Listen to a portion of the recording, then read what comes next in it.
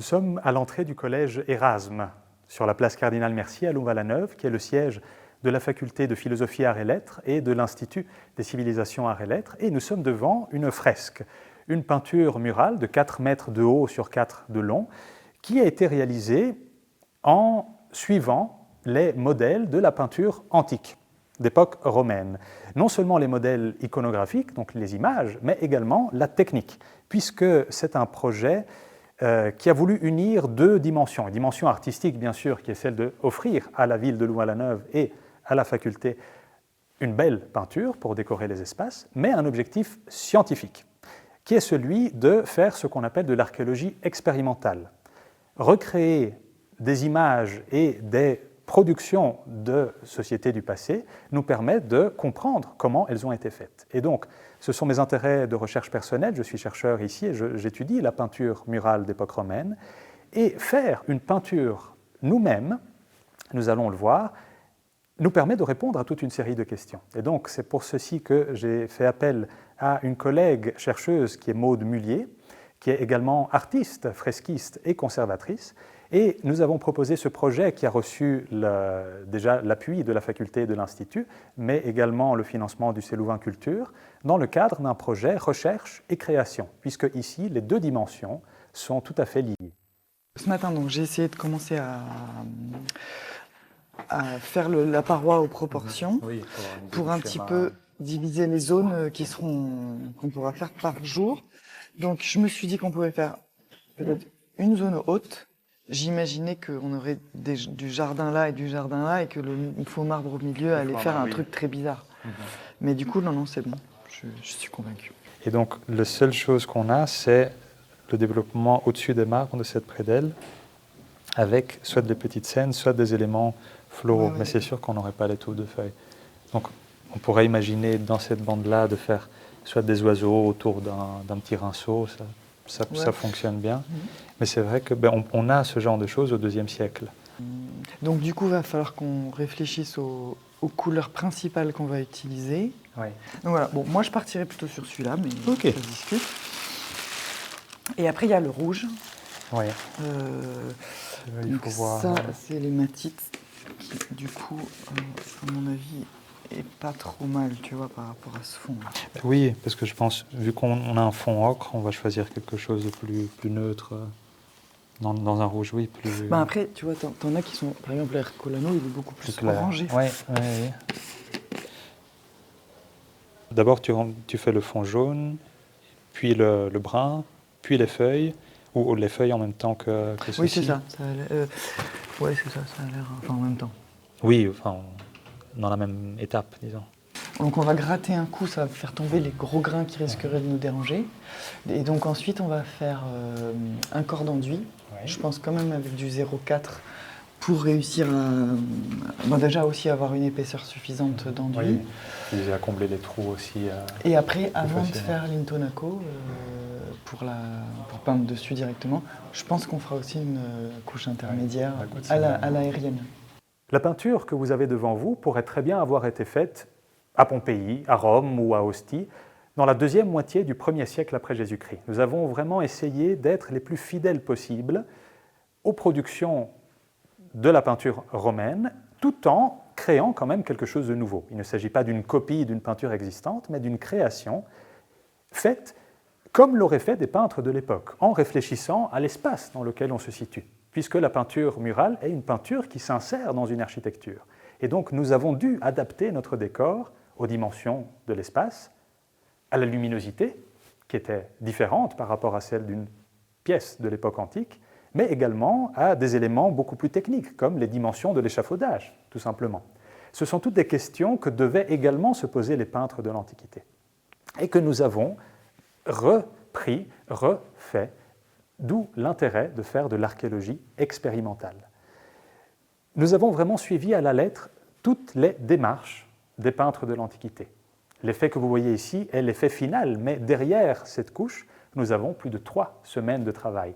3 semaines de travail qui, concrètement, ont pris la forme de différentes couches de mortier, puisqu'il s'agit d'une fresque. Donc nous avons dû superposer différentes couches pour ensuite arriver à la dernière couche, qui est celle sur laquelle ont été appliqués les pigments. Des pigments qui ont été appliqués sur une couche fraîche, d'où le nom fresque, forcément. Cela a déterminé, bien entendu, des temps de travail tout à fait différents, puisque une fois que l'enduit est mis, nous n'avons pas le choix, nous devons peindre avant que l'enduit ne sèche.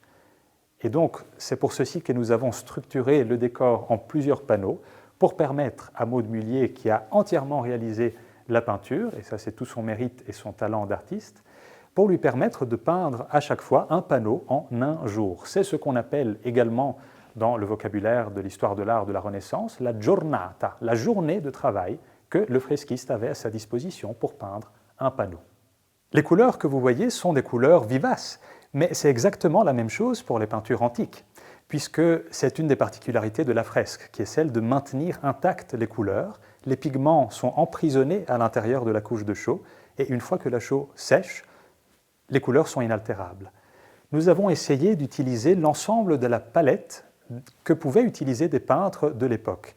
Et nous avons utilisé pour cela différentes sources à notre disposition. Des sources historiques et textuelles, puisque nous avons les auteurs Pline et Vitruve qui nous parlent des couleurs employées par les Romains, mais nous avons aujourd'hui beaucoup plus de techniques qui nous permettent d'aller au plus proche de la peinture et d'identifier, d'extraire les informations. Ce sont des analyses physico-chimiques, c'est ce qu'on appelle l'archéométrie. À travers des techniques chimiques non invasives, pour la plupart, nous pouvons identifier la composition chimique de chaque pigment. Et c'est une partie des recherches que j'ai pu mener ici à l'UC Louvain, notamment à Ostia Antica, le port de Rome, où sont conservées énormément de peintures, très bien conservées justement, avec beaucoup de couleurs, et en faisant des analyses comme la fluorescence par rayon X, comme la spectroscopie Raman et différentes techniques, nous pouvons vraiment identifier au plus près les recettes des peintres, recettes qui, pour la plupart, étaient perdues pour des milliers d'années. Et donc, nous avons voulu recréer ces recettes et réutiliser des matières premières compatibles avec les pigments utilisés dans l'Antiquité. Nous avons collaboré pour cela avec différentes sociétés, dont une est Kremer Pigment en Allemagne, qui fabrique des pigments en utilisant des stratagèmes et des sources d'approvisionnement compatibles avec les pigments d'époque romaine. Et voici le résultat. Donc, une palette variée, avec les couleurs de base qui sont le rouge et le jaune, qui sont des couleurs à base de terre, c'est de l'ocre rouge et de l'ocre jaune, et couleur à base de terre est également le vert que vous voyez ici, exposé en différentes tonalités. C'est de la terre verte, une terre à base argileuse qui peut avoir des tonalités plus chaudes ou plus froides en fonction du gisement utilisé. Nous avons utilisé à la fois de la terre verte d'Italie, de la terre de Vérone, mais aussi de la terre verte de Chypre, qui a cette tonalité un peu plus froide. Une particularité est que nous avons mélangé à ces pigments d'autres couleurs, comme le faisaient les peintres de l'Antiquité. Et une couleur qui est très présente, mais que vous ne voyez que très peu sur la fresque, c'est le bleu. Le bleu est une des couleurs les plus fascinantes de l'histoire. Et pour l'Antiquité en particulier, le pigment employé est ce qu'on appelle le bleu égyptien.